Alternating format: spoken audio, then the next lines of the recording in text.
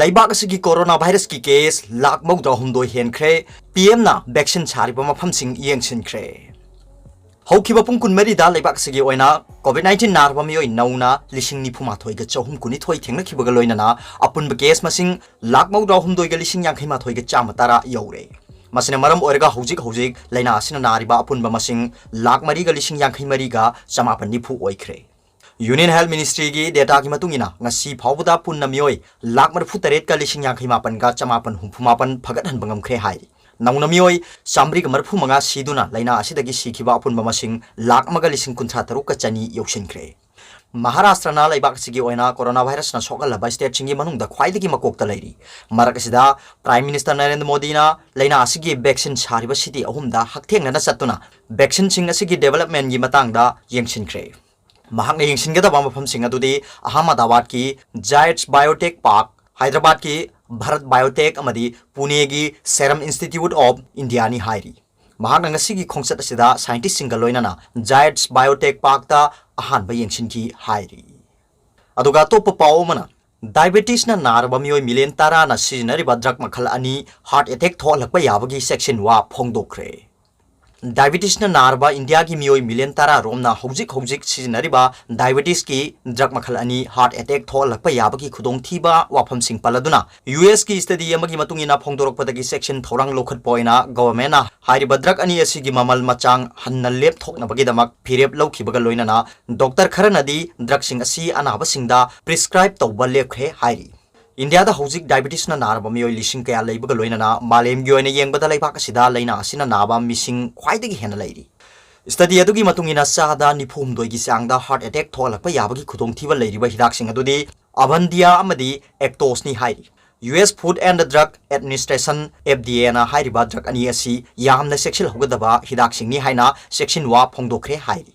Windia amadi Piogler khaktanatana drug company kaya mana puthokpa hidak ani asi hojik India da yonbagi thabak tawri masi nungnangningai oiba wafam amani masigi damak sexual hoba haibsina yamna maru oiba maramna miyamda masina khudong thiba thoandanaba honagani haina Union Health Minister Anbhumani Ramdos na phongdoki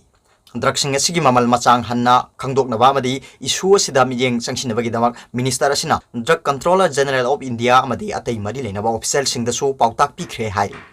Drug sing asi haukiba sahi taruk asida India gi kaithel da phangduna lagli amadi drug sing asi e ka hen paisinduna heart fail ohenba gumba side effects sing thokan ba hidak sing oina miyam na khanduna laklabani hairi adum oinamak hidak sing asina heart attack thokala I haibasidi handakta puthorakhiba study aduna khanglakibani haina Dr Misra na haiki mahak haiki madudi US ki FDA na piribo warning asidi e paisinduna heart fail ohelakani haibani heart attack thokanyani haibadi natte aduga topa pao mana matai manau ani special judge NDNPS ki ko na drug ki case ta mara leire haina lauthokre kumja 2019 gi May thada Narcotic and Affairs Border amadi Tengnopal District Police ki apun bakangu amana yamlaba drug phagat khiba case amaga mari leinana special judge NDNPS Manipur court na thasigi taratereta final hearing pangthoklaga court na judgment order reserve tawduna thamlaga ngasi kakching wairi thongam lekai dagi hojikna more supermarket ward number 2 da leiba Saugaijam Robindro sahin kunthra amadi mahaki loinabi Lal Rojami Dulian sahin kunmapan makhoi ani mara leire haina court na lauthokkhibani hairi makhoi ani gi sentence hearing mathang thagi tareta lauthokna ba matam lepkhre aduga topa pawmana Hairoki CIC award pan pik thalle ningon club Hairoki amata ngairaba community health center CIC asi anabagi khangyen pham yobaga pangkhak oire ngasi ningon club ki member marina sabati mamana CIC asi yengsilubada oiramliba phibam asi hojik CIC asi da doctor ani khaktana nongma duty tawduna leiri hana pung kunmari service tawramba do hojik numidangi matamda center asi thonglole Hairoki CIC asida leiriba award pasing asi mari leinaba department amadi lengak asina hospital asigi leiriba award pasing asi mengkhat pinaba media ki khuthangda ningol club na haijikhiba leikrabani COVID-19 gi leina la set asina maram oirga atopo hospital da layengbada khudongcha daba kya leiriba du CIC asina kharada oirabasu kokhan bada mateng oiribani adubu ngasi phawba award pa mengkhat pi bagi mahutta doctor oina lokthokiba CIC amagi leifam thokpa suna leitaba sing asi lamdam sigi miyam gi yenglaga athuba matamda miyeng sangbiyu hairi aduga topa pao mana passenger singi bhara chauna lobana awaba ma oire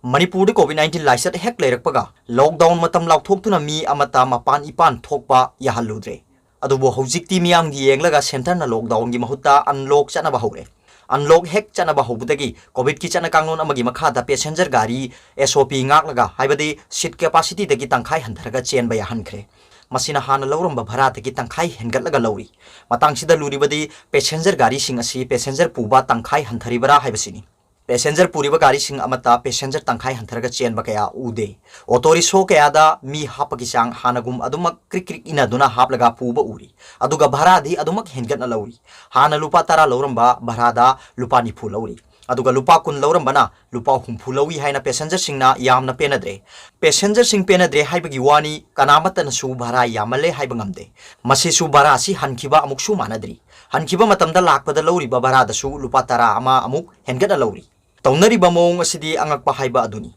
passenger cheliba gari singna amuk hairibana makoina mi hena pubasida police thengnarabadi police na makoidigi sel lawi maduna bhara hengataba yadabani haina phongdoi haina passenger singda hai haiba tari masi kayam chumbono haiba dudi khangba ngamdri adumakpu masina achumbo orabadi lenga ki chana kanglon asi kadaida chakhrabage haiba wafam ama lagli Niyom chumna chana kanglon ngak na salabadi COVID-19 gi laisat sandorok liba si ngak thokpada laina thokani passenger cheliba gari sing petrol pump su adum hangli aduna bhara hena lawriba si mari lenaba singna yengsinbiba ama changi natrabadi sel thumgi phibam soklaba matam sida satrabadi yadraba miyoi kayadadi bhara gi awaba mayoknare aduga topa paw mana isagi ithau masak khangna salabadi afaba samas oigani democracy chatpaleba amada maral leiba miyoi singbu dandi pinaba aingi oiba court leiri haibasi miyamna he kauthokpugum tawribasi laibak thibani mi mahaluba tarabadi mahakpu arum ayangi wa natabada dandi amadi soidanamaki phanglagani haibasi miyamna matam khudingda ningsingpham thoi karigumba thogdo amagi damak miyamna mop hekta sagatuna lanthum manghan takhanba yum kai kaya mai thaba yade haibasi miyamna he kauthokpagum tawi sauribani haiduna maral leiba miyoi aduda tainabagi mahutta mahaki imung manungda hekta tainaba haibasi ain bu khutta pairaga sinabani masi kaidongoida tawridabani haibasi sarkar amadi civil society kayana yamatoina hairabani nupa nupi ani gi yumban bada matti naraktabadagi tongan tongana leinabagi case phawba sarkar gi family court haina leiribani adubu nupi gi sangstan kharana makhoina case paiba yauri asigumba aina yadaba mongda sathariba thabak thawung asi lisang sinna sathagiba tarabadi sarkar gi family court leiri haibasi kaukhiba yai tasengna harabada makhoina tawriba thawung asidi ainbu makhoina khulai oina sinabani haina lauroidabagi maram leite asigumba sangstan mayam ama thorakpa tarabadi angam tanabagi mawong amata laktuna sarkar bu mixat hena thian bagi mawong ama oirakpa yai hojiki matamda mana pairiba sinpham aduda pukning changna thabak tawba tarabadi pamdaba mayam ama thorakliba sigi chang yamna hanthagani doctor engineer singna makhoi gi mathau adu phajana tawrubadabu karigidamak lambi pharoi karigidamak anaba sing maram chadana sigani सरकार की hospital दा पुबा doctor ना Karamba अदुगा private hospital सिंग दा पुरिबा doctor सिंग ना Karamba करिगिदमक doctor की मरकता खेनाफम थोकपगे सरकार की hospital दा पुरिबा डॉक्टर सिंग तलब चाउना फंगलिबनी अदुगा प्राइवेट हॉस्पिटल सिंग दा पुरिबा डॉक्टर सिंग येंगनबा मतमदा फंगलिबा सेल असिगा येंगनबा मतमदा यामना खेनै अदुम ओइना अंगांग उनबा मतमदा सरकार की हॉस्पिटल दा सीबा मसिंगा प्राइवेट हॉस्पिटल दा सीबा मसिंगा यामना खेनै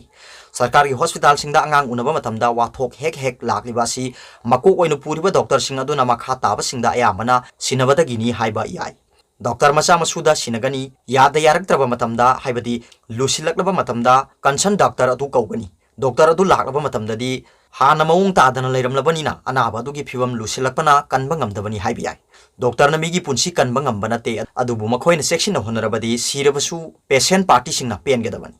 patient adu siraba matamdadi doctor na section ba watpadagini haiduna patient party ga doctor singa awai akhum taunaba khut phawwa thaba yaudaba nate doctor kangbu singna su makhoi da khut thai haiduna hekta mathau leptuna wakat mifamna singba sathaba yauri sauning libani haiduna khudak aduda mafam aduda leiram liba pot chai sing thugai khutkai ba asi yariba makhai tawdaba phai asawbana kaidongaida afaba oide haibisi mipum khudimakna matam khudimmakta ningsingba phai maram asinani miyoiba khudimmakna mana tawriba mathau adu masak khangna tawbagi tangai phadaba lei hairibasi arobada Paobilai news reader gi video bu yengbiriba khudimmak pu thakasari